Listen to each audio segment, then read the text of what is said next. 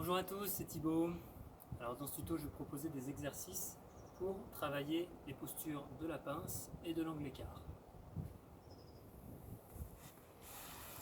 La pince,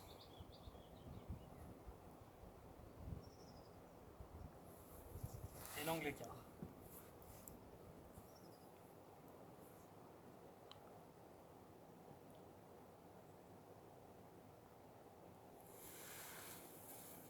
Donc, ces postures ne sont pas parfaites.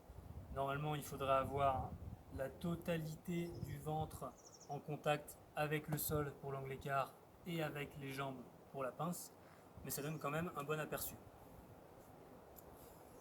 Donc, pendant le tuto, je vais donner différents exercices pour travailler l'assouplissement des chaînes musculaires en spécifique et en global.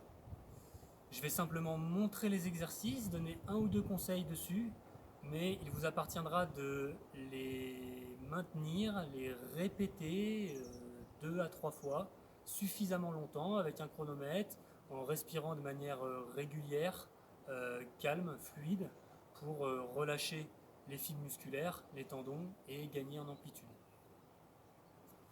Il vous appartiendra aussi de vous demander constamment si vous êtes bien placé pendant les positions. Et pour presque toutes les positions que je vais donner, le placement juste sera le même. Il faudra penser à éloigner ces vertèbres en se grandissant depuis le coccyx jusqu'au cervical, en mettant le bassin en antéversion le plus possible pour avoir le dos plat pendant les flexions du buste. On pourra essayer de compléter avec un resserrement des omoplates et un maintien du centre pour pouvoir bouger un petit peu, de temps en temps s'enrouler ou s'aplatir, mais sans vraiment s'arrondir, et au niveau du bassin et au niveau des cervicales. Voilà, donc maintenant je vais vous présenter les exercices. D'abord, un exercice pour étirer la chaîne postérieure basse qui va des talons aux fessiers. C'est le bâton debout. On met ses mains à hauteur du bassin et on vient former un angle droit au niveau du bassin en repoussant ses fesses vers l'arrière et en repoussant ses aisselles vers le sol. Les fesses, on peut les pousser même vers le haut en fléchissant ses jambes pour essayer de cambrer encore plus et puis en les tendant à nouveau. Il faut resserrer les omoplates et lâcher la tête. Jambes serrées pour la pince, jambes écartées pour l'angle écart. Une complexification de ce mouvement, c'est de le faire avec les mains plus basses, par exemple avec le chien tête en bas, en repoussant pareil les fesses vers le ciel, la poitrine vers le sol, vers les genoux, jambes serrées ou jambes écartées.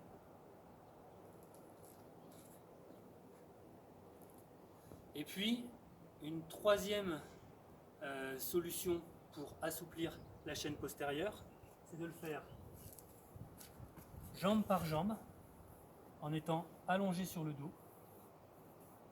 et en vous aidant d'une corde ou d'un bâton pour être plus confortable quand vous attrapez votre jambe.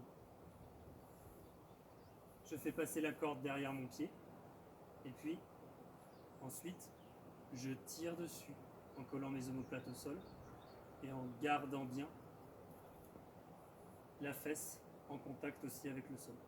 Si je suis très souple, je n'ai pas besoin d'une corde, je peux vraiment attraper mon pied, fléchir la jambe et puis tendre en poussant le talon vers le ciel. Voilà donc 3 exercices pour la chaîne postérieure basse. Pour la chaîne postérieure haute, on a un exercice qu'on fait aussi souvent en yoga, c'est un enroulement tête au sol et venir pousser les bras vers le ciel en resserrant ses omoplates. Donc pour favoriser l'étirement de la partie postérieure haute. Et un deuxième exercice, c'est la posture de la charrue, qu'on peut faire là encore en s'aidant avec des cales, si jamais on n'est pas assez souple, pour aller poser ses pieds derrière la tête. Donc la charrue, je vais chercher l'appui des cales, les mains dans le dos pressent le sol, et puis je repousse le sol avec mes orteils pour grandir mon dos. Jambes écartées pour l'angle d'écart, jambes serrées pour la pince. Pour tous les exercices où je dois mettre les mains dans le dos, si c'est trop dur d'avoir les mains jointes dans son dos, là encore, il suffit de prendre une corde et de travailler la même chose avec la corde. Donc ça, c'est pour la partie haute de la chaîne postérieure. Maintenant, en global.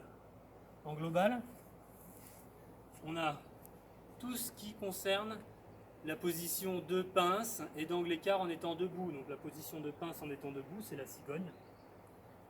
Là, c'est pareil, il faudra presser le sol avec ses pieds, presser le sol avec ses mains pour essayer de tendre les jambes et d'assouplir la chaîne qui passe du talon jusqu'aux fesses, jusqu'au cervical. Ça marche aussi jambes écartées. Et ça marche aussi en essayant d'aller mettre les coudes au sol pour assouplir davantage. Là encore, vous pouvez utiliser les cales pour simplifier en les mettant au niveau des mains ou pour complexifier en les mettant au niveau des pieds.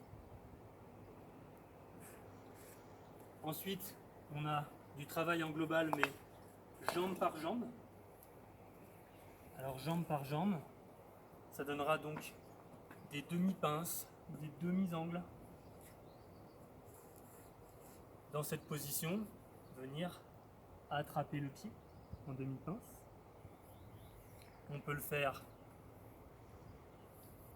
avec un élastique ou une corde pour bien aplatir le dos et ensuite arrondir. L'important, c'est de ne pas être dos rond, mais toujours aplati.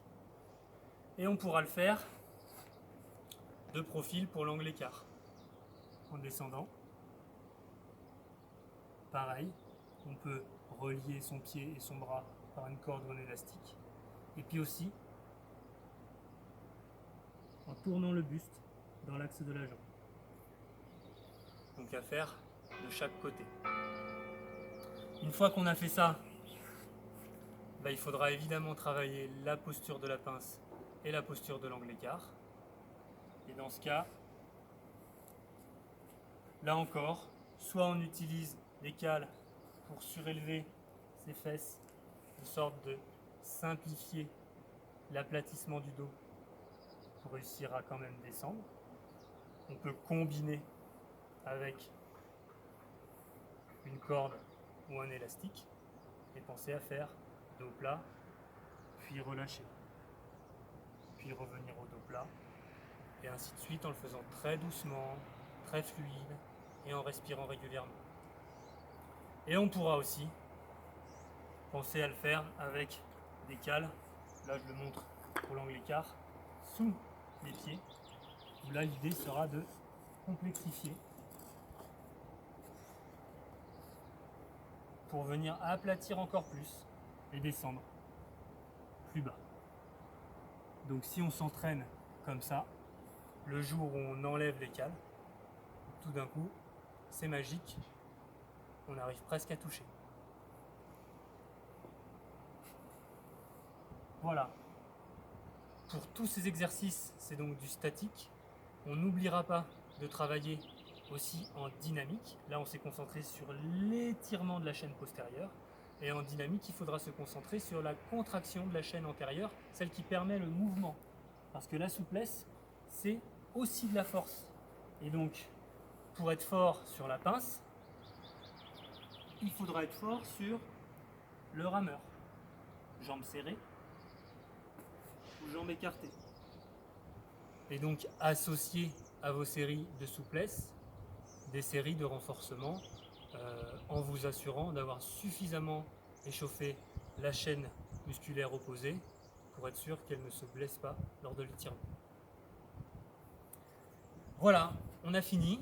J'espère que ça vous aidera à travailler votre souplesse, à en avoir envie et à prendre plus de plaisir dans tous vos mouvements au quotidien. Je vous remercie d'avoir suivi et je vous dis à bientôt.